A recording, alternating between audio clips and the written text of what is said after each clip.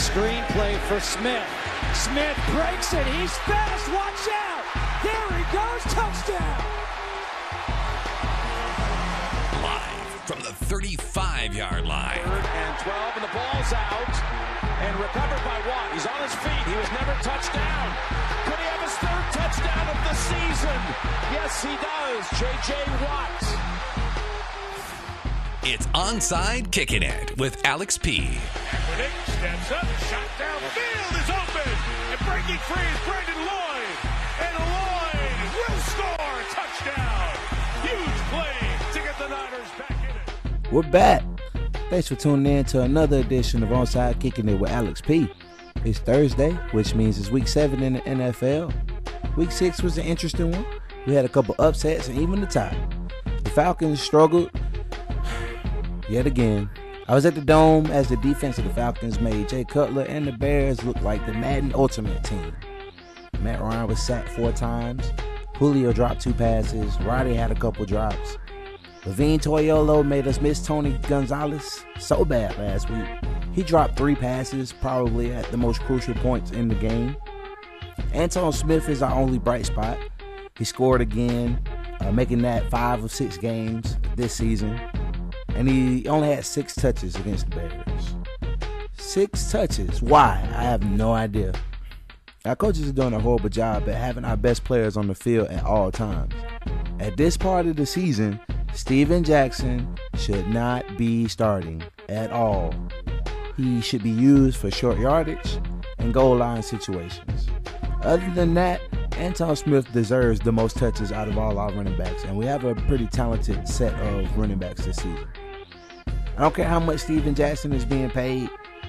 Mike Smith, when he's on the hot seat as he is right now, he has to do whatever he can to save his job.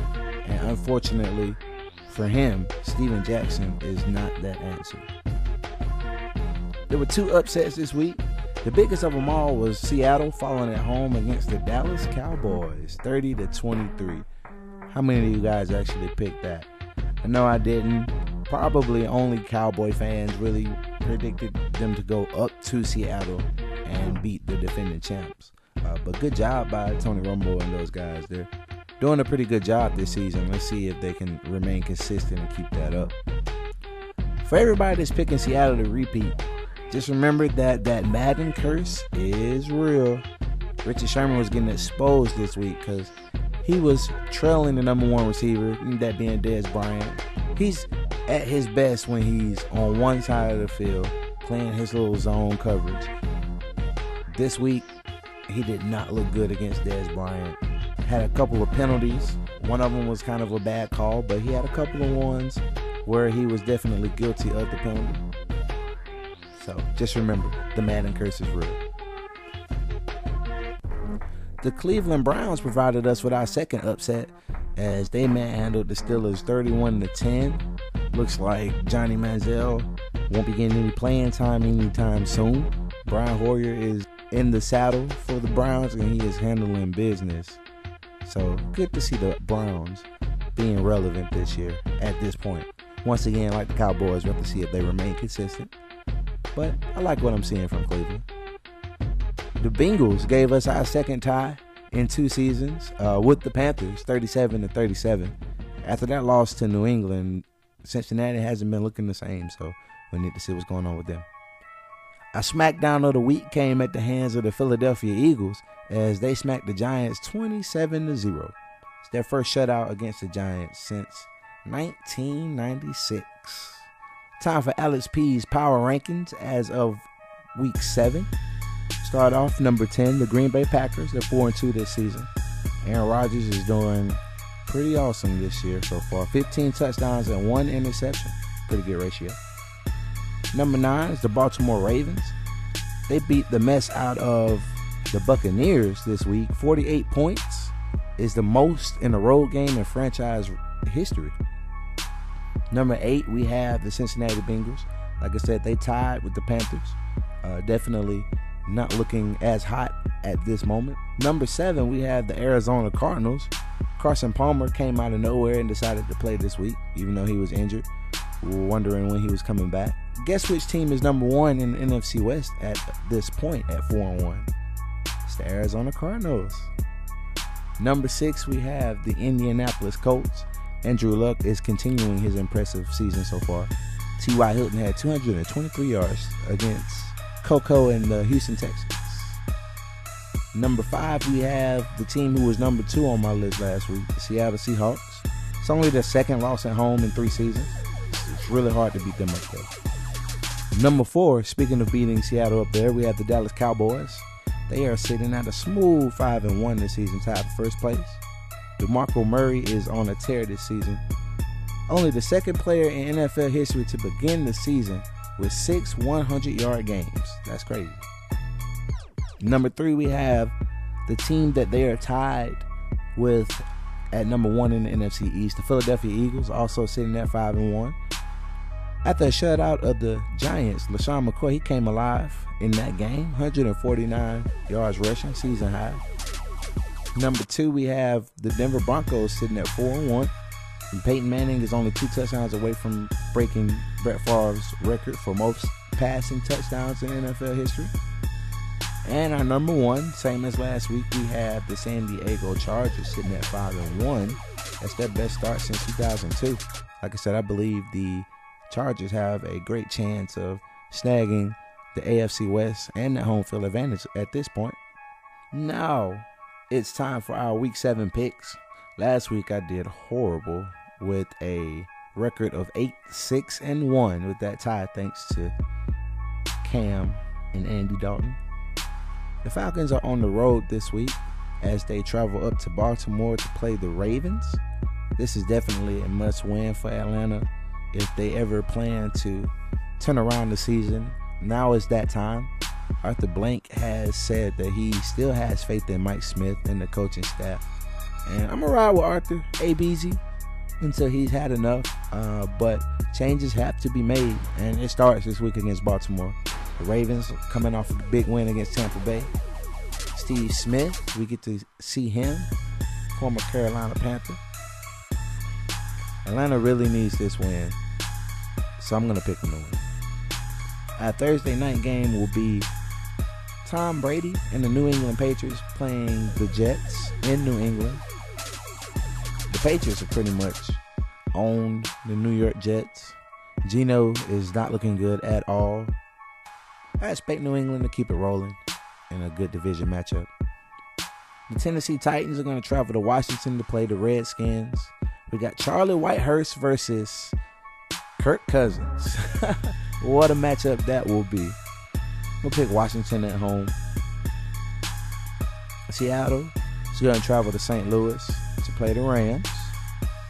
Seattle's defense looks to step up from how they played against Dallas. Against the division matchup, the Rams have not looked good this season. Expect Seattle to dominate on the road against St. Louis. Speaking of dominating on the road, we got Cleveland going to Jacksonville to play the Jaguars. Cleveland is really second to Dallas, looking like the surprise team of 2014.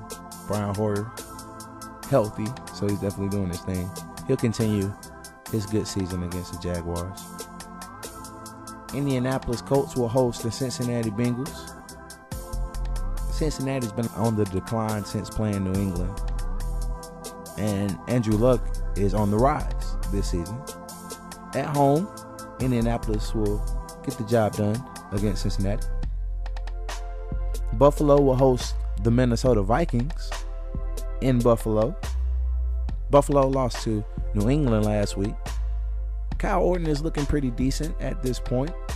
Minnesota has a pretty good defense. I think Buffalo will have enough to keep the win at home. The Chicago Bears host the Miami Dolphins after an impressive showing against the Falcons' horrible defense last week. Miami's defense isn't as bad as Atlanta's, but I think Jake Cutler will still have a pretty good game at home. I'm going to pick the Bears to win. The New Orleans Aints, coming off a bye week, is going to go to Detroit to play the Lions. No Calvin Johnson still. He's banged up.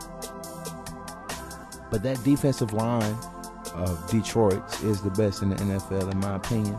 I think they'll shake up Drew Brees enough to get the win at home. I'm going to go with the Lions. Our upset pick of the week will come courtesy of Cam and the Carolina Panthers as they go up to Green Bay, Lambeau Field, to play Aaron Rodgers and the Packers. I think Cam will shake it off. Green Bay's defense is suspect at best. I think against a mobile quarterback, they tend to struggle. So I'm going to go with Cam to pick the win up in Green Bay. San Diego will host Kansas City. Phil is the man at this point in the season. He, in my opinion, is the runaway for the MVP at this point. So I think he'll continue his MVP campaign against Kansas City. Going to go with the Chargers to win that. Carson Palmer and the Cardinals are going to go to the west side to play the Oakland Raiders. Oakland is Oakland. They're a bad football team. Derek Carr, I like him though, but it won't be enough against Arizona's vaunted defense. I think the Cardinals will pick up the win on the road. The surprise team of the year at this point, the Dallas Cowboys, will host the New York Giants. Eli's been up and down. He looked really good against Atlanta, and then they looked completely horrible against Philadelphia the following week. So, on the road in Dallas, in Jerry's World, I think the Cowboys, riding off that high against Seattle, will pick up the win. And probably the game of the day, Colin Kaepernick and the San Francisco 49ers. We're going to travel to Denver to play Peyton Manning and the Broncos. That should be a great game. We got two good defenses, two good offenses, two good coaches. Should be a shootout. I think Denver will pick up the win at home in a close one. It'll be a nail-biter, but Denver will get the job done. And our Monday night game, we'll see Ben Roethlisberger and the Pittsburgh Steelers hosting J.J. Watts and the Houston Texans. J.J. Watt is having a monster season. He's had a reception touchdown, a fumble return for a touchdown, and an interception return for a touchdown. Wow. Yeah, I'm pretty sure he has that 99 rating in Madden. Jadeveon Clowney, he may play in this game. Remains to be seen. We'll find out. But with all that being said, I'm going to go with Pittsburgh to pick up the win. On Monday night, the lights are bright. Ben, that's when he shines the most. So I'm going to go with Pittsburgh to win that. That'll do it for this week's Onside Kicking It with Alex P. Be sure to comment, share with the homies, like it. I'll see you guys next week.